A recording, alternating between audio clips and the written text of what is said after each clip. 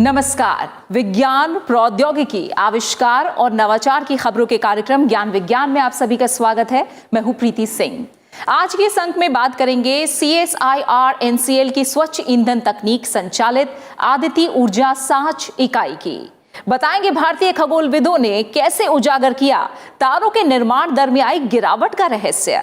खबरें और भी होंगी, लेकिन सबसे पहले देखते हैं इस अंक की सुर्खियां। NCL की आदित्य ऊर्जा सांच इकाई की शुरुआत। जीवाश्म ईंधन का विकल्प बन सकता है पर्यावरण अनुकूल कुशल ईंधन dial methyl ether. Oral cancer जांच के लिए ओरल स्कैन उपकरण लॉन्च। मुंह के कैंसर की पहचान और सटीक बायोप्सी करने में सहायक होगा ये स्वदेशी इमेजिंग उपकरण। मानव मस्तिष्क का इमेजिंग डेटाबेस अंश विकसित। अल्जाइमर जैसी बीमारियों के क्षेत्र में एक एकीकृत मंच प्रदान करेगी राष्ट्रीय मस्तिष्क अनुसंधान केंद्र की ये पहल। और तारों की निर्माण दर में गिरावट का रहस्य उजागर। National centre for radio astrophysics और रामन अनुसंधान संस्थान बेंगलुरु के शोधकर्ताओं की संयुक्त टीम को मिली सफलता। वैज्ञानिक तथा औद्योगिक अनुसंधान परिषद की पुणे स्थित राष्ट्रीय रासायनिक प्रयोगशाला ने पर्यावरण अनुकूल और कुशल ईंधन तकनीक विकसित की है। हाल ही में केंद्रीय मंत्री डॉक्टर हर्षवर्धन ने इसी कड़ी में डायल मिथाइल ईथर द्वारा संचालित आदित्य ऊर्जा सांच इकाई का उद्घाटन किया था। इस दौरान DME LPG मिश्रित ईंधन से चलने वाले चूल्हे को भी लॉन्च किया गया। NCL की ये पहल जीवाश्म ईंधन का विकल्प पेश करके ऊर्जा के क्षेत्र में भारत को और आत्मनिर्भर भी बनाएगी। ज्ञान विज्ञान की एक रिपोर्ट। पुणे स्थित वैज्ञानिक तथा औद्योगिक अनुसंधान परिषद की राष्ट्रीय रासायनिक प्रयोगशाला NCL अन्य महत्वपूर्ण अनुसंधानों के साथ यहाँ के वैज्ञानिकों ने जीवाश्म ईंधन के विकल्प के तौर पर पर्यावरण अनुकूल कुशल ईंधन डाइमिथाइल ईथर द्वारा संचालित तकनीक विकसित की है, जिस पर आधारित DME पायलट संयंत्र पिछले साल शुरू किया गया था। अब ये अति स्वच्छ ईंधन सार्वजनिक उपयोग के लिए तैयार है। हाल ही में केंद्रीय मंत्री डॉक्टर हर्षवर्धन ने वर्चुअल समारोह द्वारा DME ईंधन उपयोग यूनिट आदित्य ऊर्जा सांच का शुभारंभ किया था। इस मौके पर इस ईंधन के लिए उपयुक्त चूल्हा भी लॉन्च किया गया था। India's energy dependence on other countries could come down significantly. राष्ट्रीय रासायनिक प्रयोगशाला के निष्कर्ष, खासकर डाइमिथाइल ईथर जैसी खोज से ऊर्जा के क्षेत्र में भारत की अन्य देशों पर निर्भरता काफ़ी कम हो सकती है। डाइमिथाइल ईथर का उत्पादन प्रौद्योगिकी विकास आम लोगों को सीधा लाभ पहुंचाएगा। इस प्रौद्योगिकी का व्यवसायीकरण LPG सिलेंडर के दामों को 10 से 15% तक कम कर देगा। इसका सीधा फायदा लोगों को होगा।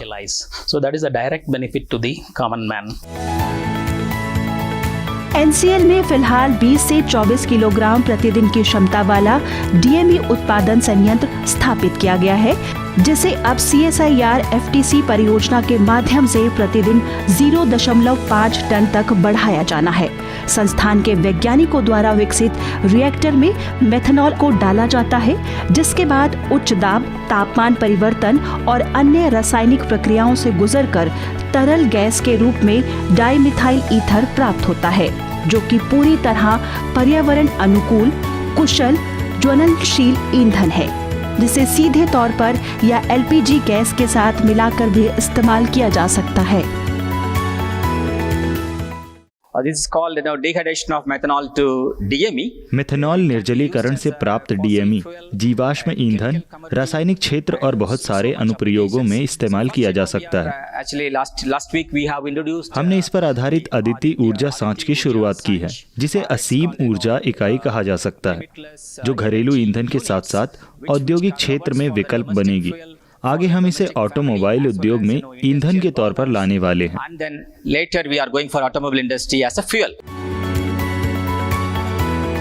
घरों और व्यावसायिक क्षेत्रों में DME ईंधन के इस्तेमाल के लिए NCL ने अलग अलग बर्नर्स यानी चूल्हों का निर्माण किया है।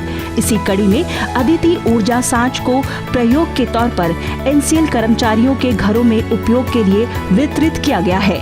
इन चूल्हों को विशेष तौर पर DME LPG मिश्रित ईंधन दहन के लिए डिजाइन किया गया है, जो पारंपरिक LPG चूल्हों से ज्यादा कुशल हैं। DME परियोजना प्रयोगशाला से बाजार की तरफ तेजी से बढ़ रही है। जल्द ही यह देश की मेथनॉल अर्थव्यवस्था और हरित टिकाऊ ईंधन नीति के तहत आम लोगों के लिए उपलब्ध होगी।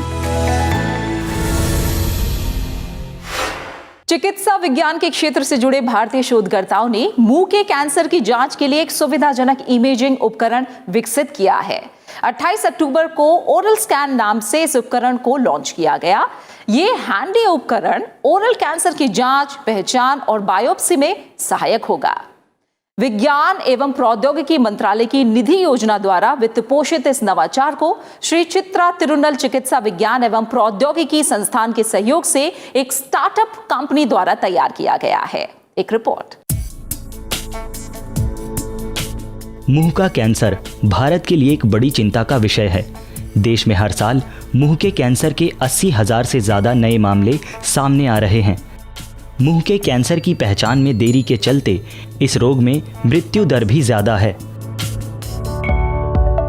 इसके समाधान के तौर पर अब ओरल स्कैन नाम से एक स्वदेशी जांच उपकरण विकसित किया गया है। ओरल स्कैन को तिरुवनंतपुरम स्थित श्री चित्रा तिरुनल चिकित्सा विज्ञान एवं प्रौद्योगिकी संस्थान के सहयोग से संस्थान की एक startup company Sascan Meditech private limited ने तैयार किया है। भारत सरकार के विज्ञान एवं प्रौद्योगिकी मंत्रालय की निधि परियोजना के तहत वित्त पोषित ये उपकरण मुंह के कैंसर की तीव्र जांच और पहचान में आसानी पैदा करेगा। ये पहली बार है जब ओरल कैंसर स्क्रीनिंग और बायोप्सी मार्गदर्शन के लिए एक कैमरे को handy multi spectral imaging device में लगाया गया है। ये उपकरण अन्य कैंसर जैसे सर्वाइकल कैंसर, GI ट्रैक्ट और श्वसन मार्ग के कैंसर का पता लगाने में भी सहायक हो सकता है। मुंह के कैंसर के शुरुआती चरण की जांच के लिए अभी टॉर्च लाइट का इस्तेमाल किया जाता है, जिसमें कई बार कैंसर के सही स्थान का पता नहीं चल पाता और कई बार बायोप्सी जांच करनी पड़ती है, जिससे रोग की पहचान और इलाज में देरी हो सकती है। ये ओरल स्कैन हाथ द्वारा प्रयोग की जा सकने वाली इमेजिंग डिवाइस है, जिसके द्वारा चिकित्सक मुंह की स्कैनिंग कर कैंसर की पहचान और बायोप्सी के लिए उपयुक्त स्थान का पता लगाकर सटीक जांच कर सकते हैं।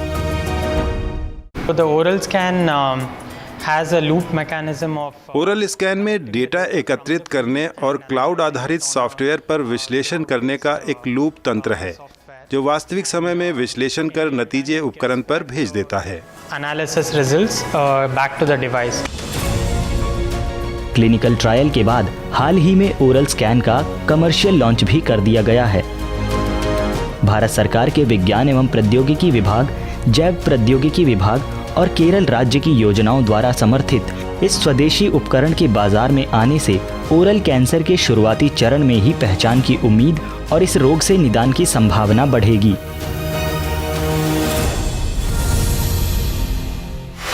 ज्ञान विज्ञान में फिलहाल वक्त हो गया एक छोटे से ब्रेक का। जल्द वापस लौटते हैं।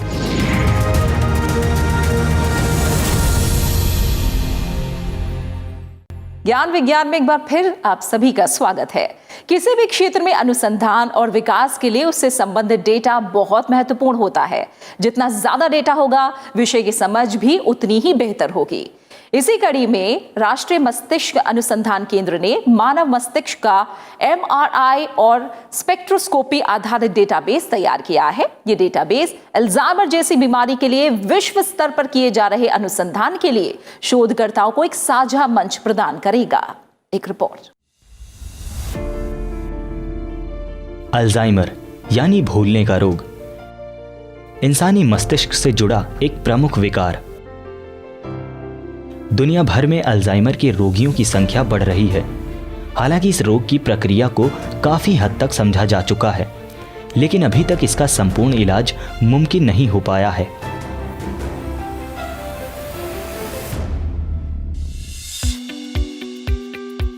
हरियाणा के मानेसर स्थित राष्ट्रीय मस्तिष्क अनुसंधान केंद्र NBRC के वैज्ञानिक भी ब्रेन मैपिंग और ब्रेन इमेजिंग के द्वारा अल्जाइमर पर काम कर रहे हैं और पिछले लगभग एक दशक में यहाँ के वैज्ञानिकों ने कई महत्वपूर्ण उपलब्धियां हासिल की हैं। इस दौरान स्वस्थ लोगों, अल्जाइमर और पार्किंसंस रोगियों सहित करीब 3000 से ज़्यादा लोगों की न्यूरो इमेजिंग की गई और लगभग 1300 लोगों का संपूर्ण ब्रेन डेटा जमा किया गया। अब केंद्र की न्यूरो इमेजिंग और न्यूरो स्पेक्ट्रोस्कोपी प्रयोगशाला NINS ने multi model neuro imaging database अंश तैयार किया है, जो अल्जाइमर जैसे रोग के कारणों की पहचान और पूर्वानुमान अनुसंधान में सहयोगी होगा।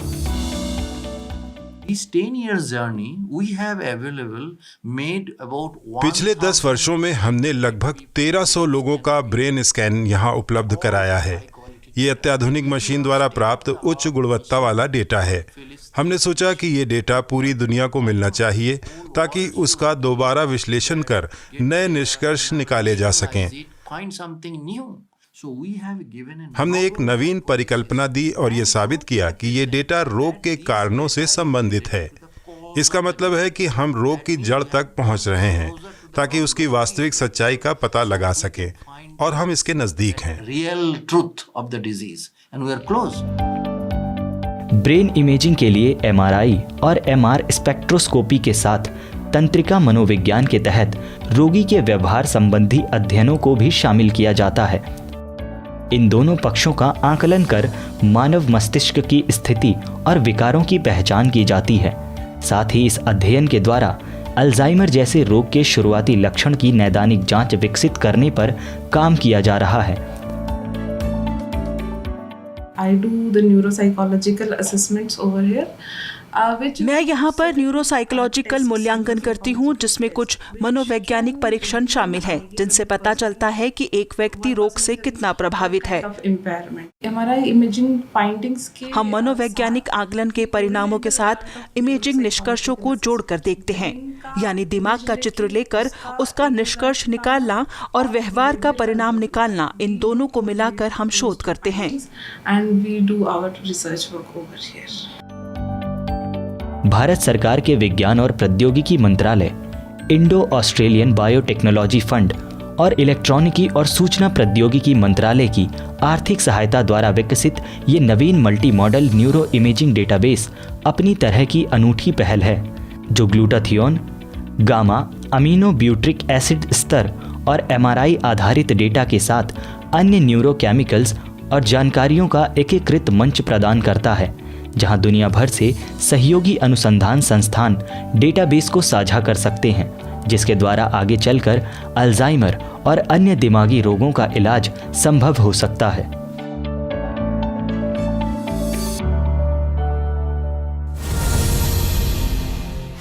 भारतीय खगोल वैज्ञानिकों ने ब्रह्मांड के एक और रहस्य को उजागर करने में सफलता हासिल की है। पुणे स्थित national centre for radio astrophysics और रामन अनुसंधान संस्थान बेंगलुरु के शोधकर्ताओं की एक टीम ने तारों के बनने की दर में आ रही गिरावट के कारणों का पता लगाने का दावा किया है। ये उपलब्धि ब्रह्मांड की उत्पत्ति को समझने के लिए किए जा रहे वैश्विक प्रयासों में सहायक हो सकती है। हाल ही में ये शोध नेचर पत्रिका में प्रकाशित किया गया। ज्ञान विज्ञान की एक रिपोर्ट। ब्रह्मांड हमेशा से ही मनुष्य के लिए एक रहस्यमय आकर्षण रहा है। विद्वानों और वैज्ञानिकों के अथक प्रयासों से हमने इस अनंत दुनिया के बारे में जानना शुरू किया। विज्ञान और प्रौद्योगिकी के विकास के साथ इन जानकारियों में बढ़ोतरी होती गई। हाल ही में टाटा मूलभूत अनुसंधान संस्थान के national centre for radio astrophysics Pune और रामन अनुसंधान संस्थान बेंगलुरु के शोधकर्ताओं की संयुक्त टीम ने नए तारों के बनने की दर में आ रही गिरावट के रहस्यों को उजागर किया है। आपको बता दें, 8 से 10 अरब साल पहले आकाशगंगाओं में तारों का निर्माण चरम पर था, जिसके बाद से ये प्रक्रिया कम होती चली गई। खगोलविदों को ये कामयाबी ब्रह्मांड के शुरुआती काल के बारे में शोध के लिए आकाशगंगाओं में परमाणु गैस सामग्री की माप के दौरान मिली, जो हाल ही में शोध पत्रिका नेचर में प्रकाशित किया गया है। In general, to understand galaxies, you must measure the hydrogen content. सामान्य रूप से आकाशगंगाओं को समझने के लिए हाइड्रोजन सामग्री को मापना बहुत जरूरी है और लोग लंबे समय से इसके लिए प्रयास कर रहे हैं। अब तक लगभग 4 अरब साल पहले तक के ब्रह्मांड पर काम किया गया था is about 4 billion years ago. So now we've gone back to about 8 billion years. और अब हम लोग दुगने समय यानी 8 अरब साल पीछे गए हैं। And this epoch, which we are finding, और ये ब्रह्मांड का बहुत दिलचस्प युग है जिसमें हम गैस द्रव्यमान को माप रहे हैं, क्योंकि ये वो समय है जब ब्रह्मांड में तारों का निर्माण अपने चरम पर था। rate density. Galaxies are forming stars very efficiently then.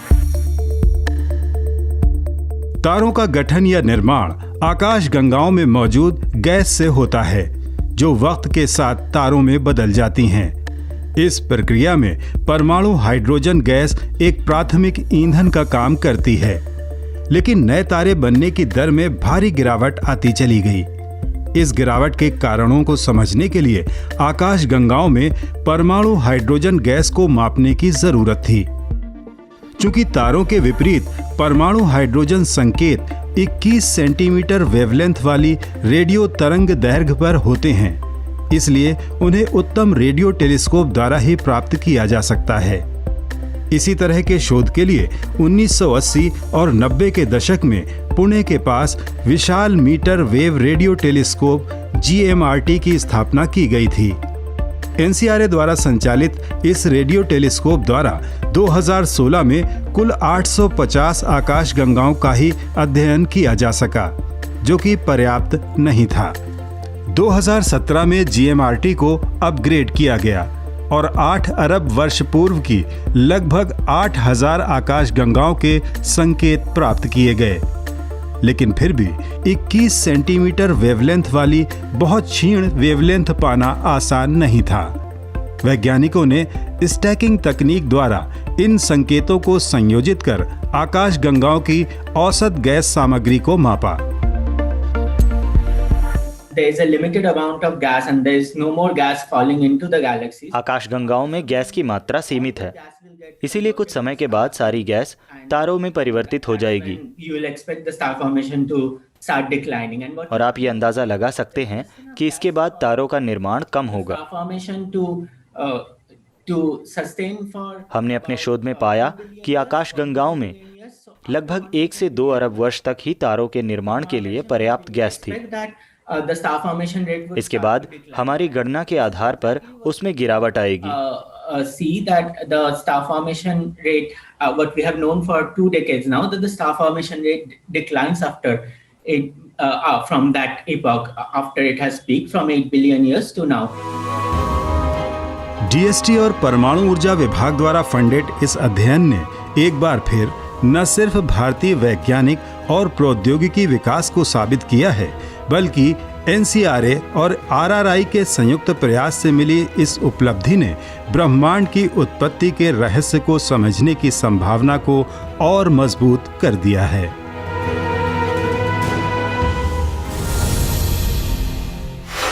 वक्त है एक छोटे से ब्रेक का, लेकिन आप कहीं जाइएगा नहीं, हम जल्द वापस लौटते हैं।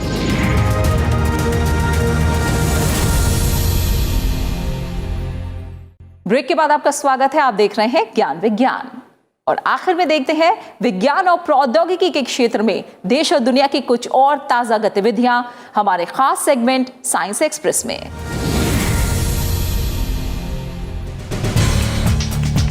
भारतीय प्रौद्योगिकी संस्थान कानपुर और भारतीय पुरातत्व सर्वेक्षण विभाग ने ऐतिहासिक स्मारकों के संरक्षण के लिए इटली के 2 संस्थानों के साथ एक समझौता ज्ञापन पर हस्ताक्षर किए हैं।